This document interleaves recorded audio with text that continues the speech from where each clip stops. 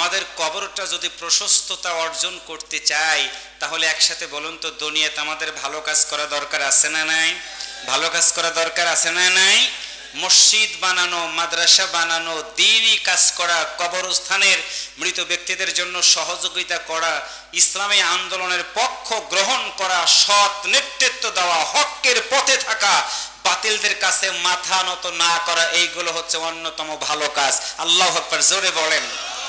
মৃত্যুর কথা শুনলেই মানুষ ভয় পায়, ফাঁসির কথা শুনলেই মানুষ ভয় পায়, কিন্তু গোটা পৃথিবীর মানুষ দেখেছে মৃত্যুর কথা শোনা মাত্র হাসি মুখে 10টায় ফাঁসি হয়ে যাবে, 10টায় ফাঁসি হবে, 10টায় ফাঁসি হবে। জেলার গিয়ে দেখে আল্লাহর বান্দা সালাত আদায় করে মালিকের সাথে কথা বলতেছে। সুবহানাল্লাহ বলেন। দেখতে দেখতে আধা ঘন্টা সময় পার হয়ে গেছে। আধা ঘন্টা সময় পার হওয়ার পরে যখন জিজ্ঞাসা করেছে, স্যার আপনার সময় ছিল 10টা, কিন্তু 10:30 বেজে গেছে, তখনই আল্লাহর বান্দা বলেছে, আমার কি সময় শেষ হয়ে গেছে? জেলার যখন বলেছে হ্যাঁ সময় শেষ হয়ে গেছে, তখনই বলেছেন ঠিক আছে চলো। তিনি দৌড়িয়েছেন, হাইয়া আলাস সালাহ মানে যেমন নামাজের দিকে দৌড়াও, তিনি মৃত্যুর দিকে দৌড়াচ্ছেন। জেলার ডাক দিয়ে বলছেন, আমার জীবনে কত মৃত্যুদণ্ড কার্যকর করতে দেখেছি, কিন্তু আল্লাহর কসম করে বলি জান্নাতের দিকে জীবন্ত মানুষগুলো ফাঁসির রশি গলায় নেওয়ার জন্য এইভাবে দৌড়ায়, আমার জীবনে কোনোদিন দেখে নাই। সত্যবাদী লোকেরা মৃত্যুর আগে আল্লাহর জান্নাত দেখতে দেখতে, যেমন আমরা ভালো কাজের দিকে দৌড়াই পিছন থেকে, কেউ যদি ফুটবল আমাদের দিকে মারে, ফুটবলটাকে নিয়ে আমরা যেমন গোলের দিকে দৌড়ানোর জন্য চেষ্টা করে, মিশন থাকে গোলের ভিতরে দিয়ে আমরা বলটাকে ঢুকিয়ে দিই, আমাদের চতুর্দিক থেকে শব্দ আসবে গোল হয়ে গেছে। ঠিক আল্লাহর জান্নাতি বান্দারা যখন দৌড়াচ্ছে সামনের দিকে, পৃথিবীর মানুষ দেখছে ফাঁসির রশি, ইমানদাররা দেখেছে আল্লাহর জান্নাতের দরজাটা খোলা। আর একটু জোরে বলেন সুবহানাল্লাহ। সেই ইসলাম, সেই মুসলমান আমরা। আজকে শিক্ষা ব্যবস্থা থেকে ইসলামটাকে বাদ দেওয়ার কারণ হলো এদেশের মানুষজন ইসলাম থেকে দূরে থাকে। ইসলামের শিক্ষা বাদ দেওয়ার কারণ হলো এদেশের সন্তানরা যেন ইসলামী আন্দোলন না করে। এদেশের শিক্ষা ব্যবস্থা থেকে ইসলামটাকে বাদ দেওয়ার কারণ হলো এদেশের মানুষগুলো যেন ইসলাম বিদ্বেষী হয়ে যায়, কোরআন হাদিসের বিপক্ষে তারা গ্রহণ করে। আমি তাদেরকে একটি কথা বলি, মনে রাখবেন, এটা হলো সেই দেশ, এটা হলো সেই দুনিয়া। আল্লাহ তাআলা এই পৃথিবীটাকে সৃষ্টি করেছেন, একদিন কিয়ামত হবে। ভালো যেমন আছে খারাপও থাকবে, সত্য যেমন আছে মিথ্যাও থাকবে, হক যেমন আছে বাতিলও থাকবে। একটা কথা মনে রাখবেন, বাতিল শক্তি যত বেশি হোক না কেন তার নাম বাতিল। একটু কথা বলেন। বাতিল শক্তি যত বেশি হোক না কেন তার নাম বাতিল। হক যত কমে থাকুক না কেন তার নাম হক। সত্য কোনোদিন ধামা চাপা দিয়ে ঢেকে রাখা যায় না। মৃত্যু যেমন নিঃসন্দেহে আমাদের একদিন হবে, আল্লাহর জান্নাতে কেউ না কেউ একদিন যাবে। আল্লাহর কসম করে বলি, মানব রচিত আইনগুলোকে পদদলিত করে মৃত্যুর কথা স্মরণ করে জড়ো হয়ে মরবো, স্ট্রোক করে মরবো, রোড অ্যাক্সিডেন্টে মরবে, কিন্তু সকল মৃত্যুর চেয়ে আল্লাহর জমিনে দ্বীন কায়েমের পক্ষ গ্রহণ করে কেউ যদি মরে, আল্লাহ বলেন ফাদখুলি ফি ইবাদি ওয়াদখুলি জান্নাতি। আল্লাহর জান্নাতে মৃত্যু গ্রহণ করার জন্য ইসলামী আন্দোলন করা দরকার আছে না নাই? আরো জোরে বলেন আছে না নাই? সুতরাং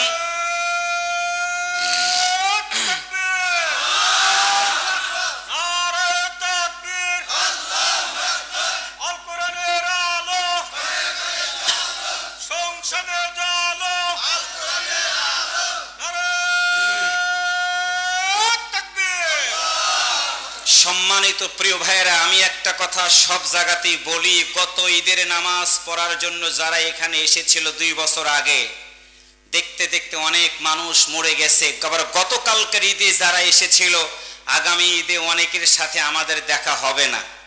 কথা বলেন ঠিক না ভাইয়েরা? তার মানে কেউ না কেউ কোনো অবস্থাতে মৃত্যুবরণ করবে। সুতরাং মৃত্যু যেহেতু হবে, এটা বাস্তব সত্য। সেই সত্যটা যদি আমাদের বুকে ধারণ করি, তাহলে আমাদের মিশন এবং ভীষণ থাকবে আল্লাহর জান্নাত। কথা বলেন ঠিক না ভাইয়েরা? সেই জান্নাতের যদি আমাদের মিশন এবং ভীষণ হয়, তাহলে মুসলমান হিসাবে একটা সিদ্ধান্ত রাখতে হবে, মানব রচিত আইন নয়, আইন চলবে আল্লাহর। জমিন যদি হয় আল্লাহর, এই জমিনে পৃথিবীর সকল আইনকে পদদলিত করে টুডের টুমোর, আজ হোক কাল হোক, ইসলামের আইন গোটা পৃথিবীতে একদিন প্রতিষ্ঠিত হবেই হবেই হবেই ইনশাআল্লাহ। জোরে বলেন। আল্লাহর বান্দারা, আল্লাহর নবীর সাহাবীরা নবীর কাছে একদিন আসলেন। ইসলামের জন্য আজকে আমরা অর্থ দিতে পারি না, ইসলামের জন্য আমরা সময় দিতে পারি না, ইসলামের জন্য আমরা অর্থ সম্পদ কিছুই দিতে পারি না। প্রিয় ভাইয়েরা, সন্তান আমাদের হাতছানি দিয়ে ডাকে, আমাদের আত্মীয় স্বজন আমাদের হাতছানি দিয়ে ডাকে, রাষ্ট্রীয় ক্ষমতা আমাদেরকে হাতছানি দিয়ে ডাকে, কিন্তু আল্লাহর নবীর সাহাবীদের কাছে কোনো মায়া কিন্তু গ্রহণযোগ্য হয় নাই। সবচেয়ে বেশি গ্রহণযোগ্য হয়েছে আমার আল্লাহর সন্তুষ্ট। একটু কথা বলেন ঠিক কিনা?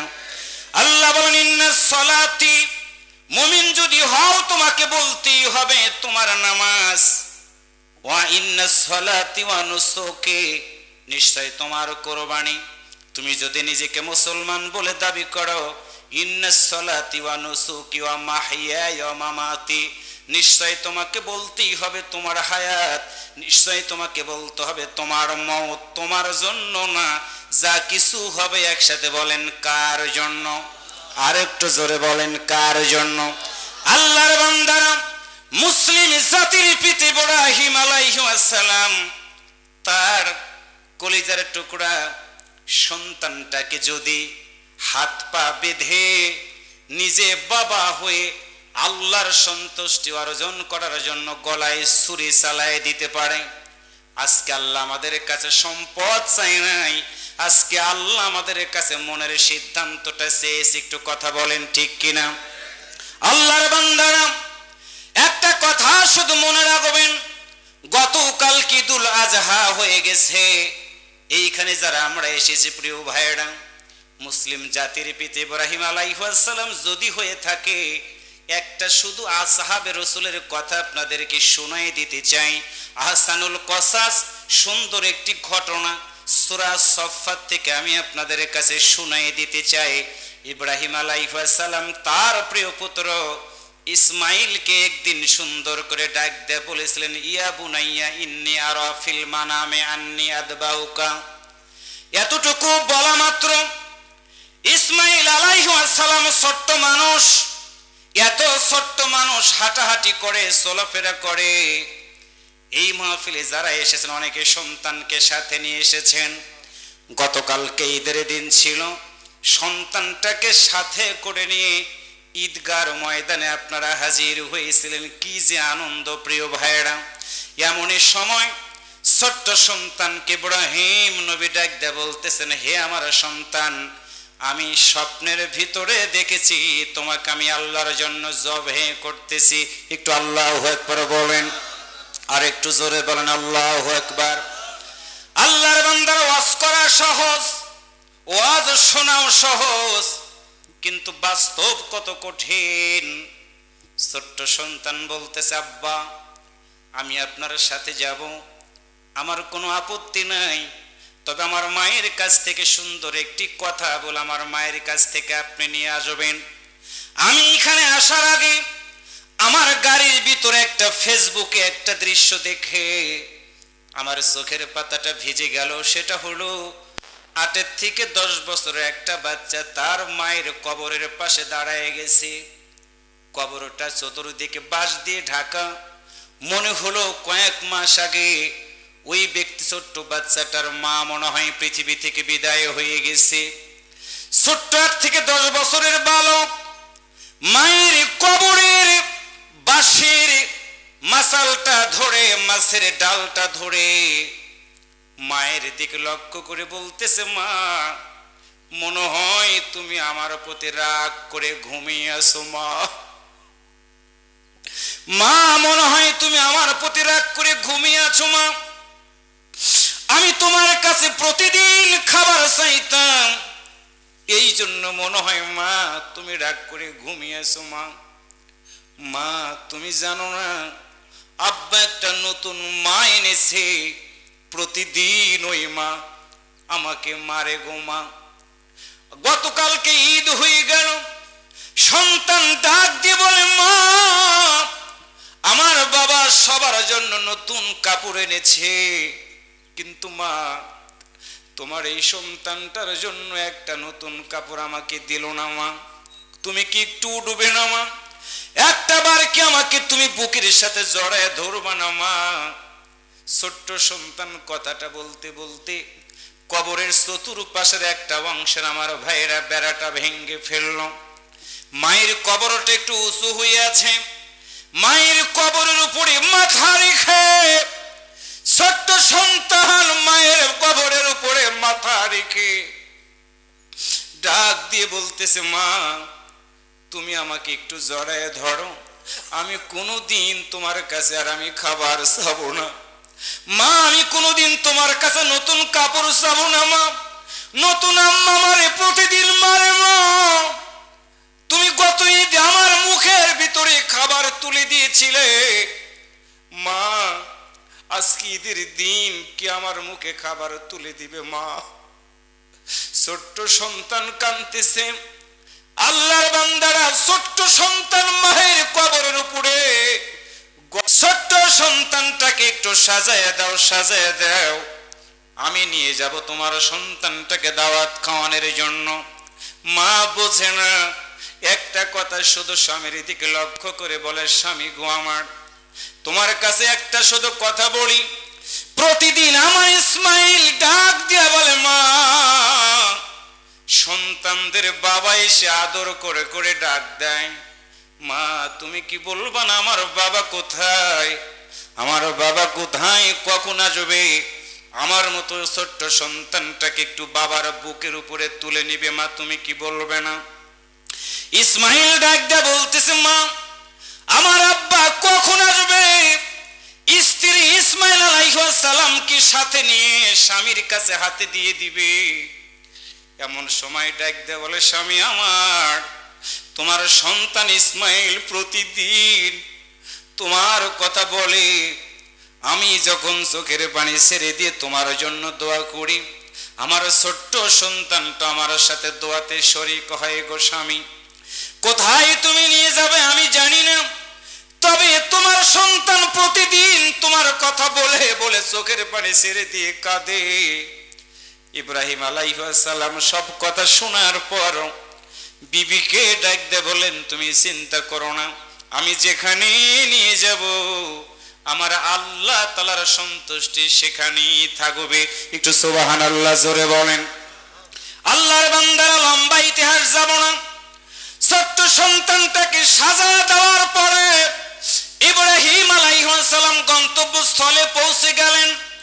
এমনই সময় সন্তানকে ডাক দিয়া বললেন, বেটারে আমি স্বপ্নে আদিষ্ট হয়েছি তোমারে জবে করব।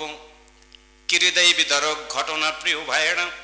এমনই সময় ইসমাইল ছোট্ট বালক, ইসমাইল আলাইহিস সালামের পরনে একটা সাদা চাদর ছিলেন।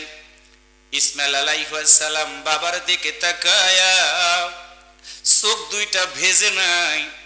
ইসমাইল আলাইহিস সালাম বাবার দিকে তাকায়া ডাক দিয়ে বলে, আব্বা আমার এই চাদরটা আমার কাছ থেকে আপনি একটু খুলে রেখে দেন, আমাকে এমন ভাবে শোয়ায় দিবেন গো আব্বা, আমার মুখটা যেন আপনার মতো পিতার চোখের সাথে চোখ না মেলে। আল্লাহু আকবার। ইব্রাহিম আলাইহিস সালাম বলেন, ইসমাইল রে আমি তোমার দুইটা হাত বেঁধে দিব, আমি তোমার দুইটা পা বেঁধে দিব। এমনই সময় ছোট্ট সন্তান ডাক দিয়ে বলে, আব্বা না না না, যদি আপনি আমার হাতটা বেঁধে দেন, পাটা বেঁধে দেন, আমার মা আপনাকে সারাটা জীবন দোষী সাব্যস্ত করে বলবে, ইব্রাহিম নবী আমার সন্তান কোরবানি হতে চাই নাই, জোর করে তুমি আমার সন্তানটাকে তুমি জবে করে ফেলে দিয়েছো। সারাটা জীবন ইব্রাহিম নবী আপনি আসামির কাঠগড়ায় দাঁড় হয়ে থাকবেন, এইটা আমি চাবো না।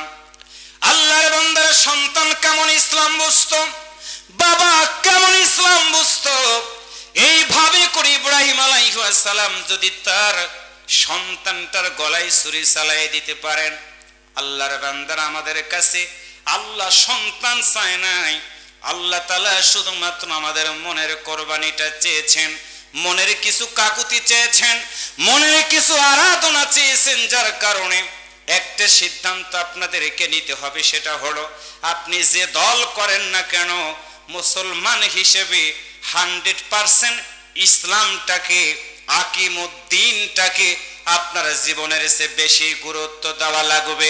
একটু আল্লাহু আকবার জোরে বলেন। কারণ হলো আল্লাহ তাআলা সুন্দর করে বলে দিয়েছেন, আকিমুদ্দিন ওয়ালা তাতাফাররাকু ফীহি, দিন কায়েমের জন্য আমাদেরকে আন্দোলন করতে হবে, প্রতিটা মানুষের কাছে গিয়ে দাওয়াতি কাজ করা লাগবে। আল্লাহ তো বলেছেন, ওয়ামান আহসানু কাওলাম মিম্মান দাআ ইলাল্লাহি ওয়া আমিলা সালিহাও ওয়া ক্বালা ইন্নানি মিনাল মুসলিমিন। আল্লাহ বলেছেন ওই ব্যক্তির কথার চেয়ে কার কথা উত্তম হতে পারে, যে ব্যক্তি মানুষদেরকে আল্লাহর পথে আহ্বান করে।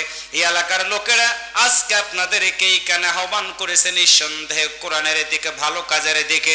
আওয়াজ করে বলুন তো, এর চেয়ে ভালো কাজ আমার মনে হয় আল্লাহর জমিনের উপর আর একটাও নাই। একটু কথা বলেন ঠিক কিনা? ও আল্লাহর বান্দারা, এই জন্য আমি আপনাদের কাছে একটা কথা বলতে চাই, সেটা হলো আল্লাহ যেহেতু বলেছেন একদিন আকাশটা ভেঙে যাবে, জমিনটা চূর্ণ বিচূর্ণ হয়ে যাবে, আকাশের নক্ষত্র তারকারা যেগুলো খসে খসে পড়বে, সমুদ্রগুলো উদ্বেলিত হয়ে যাবে, কবরের ভিতরে আমাকে রাখার পরে যা আছে সবগুলো আল্লাহ তাআলা সেদিন বের করে দিয়ে দিবে। সেদিন নেতাগিরি কুলাবে না, বক্তাগিরি কুলাবে না, হাজিগিরি কুলাবে না, ক্ষমতার বাহাদুরি সেদিন কুলাবে না। সেই দিন যদি আমার ঈমান, সেই দিন যদি আমার আমলটা ভালো থাকে, আমার আল্লাহ তাআলা একটা কথা ডাক দেয়া বলবেন, বান্দারে আজকে তোমার কেউ নাই, কেউ নাই, তুমি চিন্তা করো না, আমি আল্লাহ তোমার জন্য একটা সুসংবাদ দিয়ে দিলাম। ইয়া আইয়াতুহান নাফসুল মুতমাইন্না ইরজি ইলা রাব্বিকি রাদিয়াতাম মারদিয়া ফাদখুলি ফি ইবাদি ওয়াদখুলি জান্নাতি। আরেকটু জোরে বলেন আল্লাহু আকবার, আরেকটু জোরে বলেন আল্লাহু আকবার। আজকাল পরশু হোক আসবে রে বিজয়, আজকাল পরশু হোক আসবে রে বিজয়। কালেমার সঙ্গীন হাতে নিয়ে বাদর সাগর পাড়ে দিয়ে, কালেমার সঙ্গীন হাতে নিয়ে বাদর সাগর পাড়ে দিয়ে, জালিমের প্রাসাদ বাতিলের দুর্গ করব করব করব ক্ষয়। আজকাল পরশু হোক আসবে রে বিজয়, আজকাল পরশু হোক আসবে রে বিজয়। কথা বলেন ঠিক কিনা? স্লোগানে আর স্লোগানে সকলের বলে যাই, এই পৃথিবীর আর কোথাও এই মিছিলের তুলনা নাই। কথা বলেন ঠিক কিনা? আল কোরআনকে বুকে নিয়ে, আল্লাহু আকবার ধ্বনি দিয়ে, আল হাদিসকে বুকে নিয়ে, আল্লাহু আকবার ধ্বনি দিয়ে এগিয়ে যেতে নেই তো ভয়। আজকাল পরশু হোক আসবে রে বিজয়, আজকাল পরশু হোক আসবে রে বিজয়। মারহাবা বলেন। আমাদের এই পথ চলা থামবে না তো কোনো দিন, এভাবে একদিন উঠবে বেজে আমাদের বিজয়ের বিন। যতই বাধা আসুক না, যতই বাধা আসুক না, কখনো পিছু হটব না। যত বাধা আসুক না, কখনো পিছু হটব না। আমরা মুজাহিদ কত ভয়, আজকাল পরশু হোক আসবে রে বিজয়, আজকাল পরশু হোক আসবে রে বিজয়। কালেমার সঙ্গীন হাতে নিয়ে বাদার সাগর পাড়ে দিয়ে, কালেমার সঙ্গীন হাতে নিয়ে বাদার সাগর পাড়ি দিয়ে জালিমের প্রাসাদ বাতিলের দুর্গ করব করব করব ক্ষয় আজকাল পরশু হোক আসবে রে বিজয় আজকাল পরশু হোক আসবে রে বিজয় কথা বলেন ঠিক কিনা